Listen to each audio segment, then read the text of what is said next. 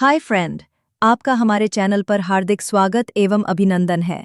अगर आप हमारे चैनल पर पहली बार विजिट कर रहे हैं तो निवेदन है कि आप हमारे चैनल को सब्सक्राइब करके लाइक और शेयर करके हमें मोटिवेशन प्रदान करें ताकि हम आपके लिए ऐसे ही वीडियो लाते रहें।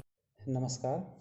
आज का हमारा विषय है 1.1 से ही बोली, विभाषा और मानक भाषा का प्रत्यय।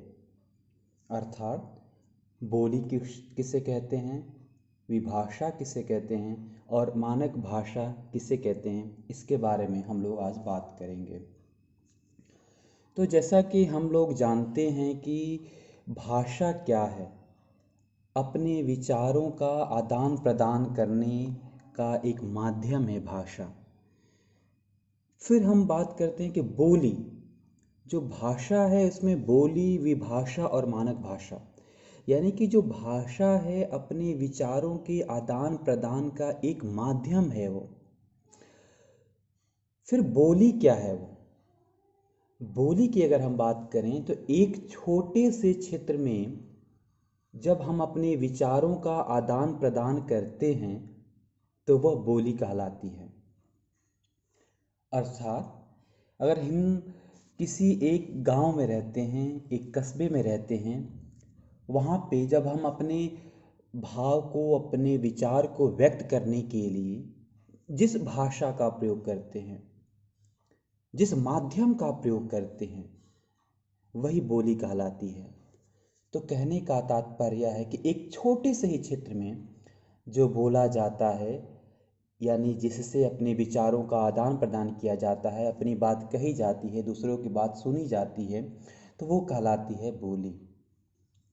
दूसरा है विभाषा अथवा उपभाषा। ये क्या है? विभाषा का क्षेत्र बोली की अपेक्षा अधिक विस्तृत होता है। वो यह एक प्रांत या उपप्रांत में प्रचलित होती हैं। इसमें साहित्यिक रचनाएं भी होती हैं। अर्थात अगर किसी बोली में साहित्यिक रचनाएं होने लगती है और उसका क्षेत्र विकसित हो जाता है तो वह बोली न रहकर क्या बन जाती है? विभाषा अथवा उपभाषा। जैसे ब्रज भाषा, ब्रज भाषा हम कहते हैं इसको। ब्रज क्या है? वो एक जो है कि ब्रज एरिया में बोली जाती है। वो जो मथुरा, जो वृंदावन का एरिया है, वहाँ ब्रज भाषा बोली जाती है। लेकिन उसमें रचनाएं, साहित्यिक रचनाएं होने लगी। सूरदास जी ने साहित्यिक रचनाएं उसमें की हो, तो क्या होगा? उसका विस्तार विस्तृत हो गया वो। अवधि, अवधि भी क्या है? ये भी एक छोटे से क्षेत्र में बोली जाती है, अवध वाले प्रांत में एक बोली जाती है वो। परंतु इसमें भी साहित्यिक रचनाएं होने लगी, इसका भी विस्तार हो गया वो। रामचरितमानस गोस्वामी तुलसीदास जी ने इसमें लिखा वो। तो क्या हो गया? ये विभाषा बन गई। भोजपुरी, मैथिली, ये सब क्या है? ये विभाषा की श्रेणी में आती हैं।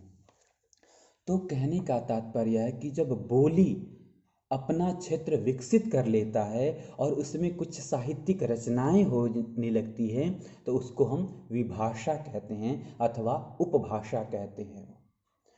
तो बोली हो गया, विभाषा हो गया। अब हम आते हैं मानक भाषा। मानक भाषा क्या है? वो मानक भाषा से तात्पर्य उस भाषा से है जिसके अंतर्गत साहित्यिक रचनाएं होती हैं और जिसको संविधान में एक दर्जा प्राप्त होता है वो, और जिसका विस्तार विभाषा से बहुत ज़्यादा होता है वो, तो वो हो जाता है मानक भाषा।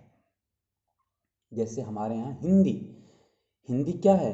अगर हम लोग हिंदी का इतिहास देखेंगे तो हिंदी की भी शुरुआत होती है खड़ी बोली से। खड़ी बोली कहाँ बोली जाती थी? वो दिल्ली के जो आसपास का जो एरिया था, जो मेरठ था, दिल्ली था, वहाँ पे खड़ी बोली एक बोली जाती थी।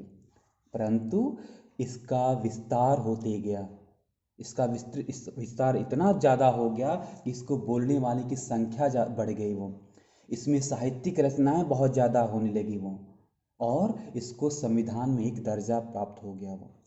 तो जो खड़ी बोली थी, जो दिल्ली के आसपास बोली जाती थी, वो उसने अपना रूप विस्तृत करके एक हिंदी भाषा का रूप ग्रहण कर लिया, जिसको मानक भाषा कहते हैं। तो ये हो गया मानक भाषा, यानी कि जिसमें ज़्यादातर रचनाएं होती हैं, वो जितने भी साहित्यकार होते हैं उसमें अपनी रचनाएं करते हैं, वो बहुत ज़्यादा रचना होती है वो, और संविधान में इसको दर्जा प्राप्त है। जैसे हमारे हिंदी भाषा को, जैसे कि आप लोग अवगत होंगे, हिंदी भाषा को हमारे संविधान में राजभाषा के रूप में इसको दर्जा प्राप्त है। राष्ट्रभाषा के रूप में दर्जा प्राप्त नहीं है, वो राजभाषा के रूप में।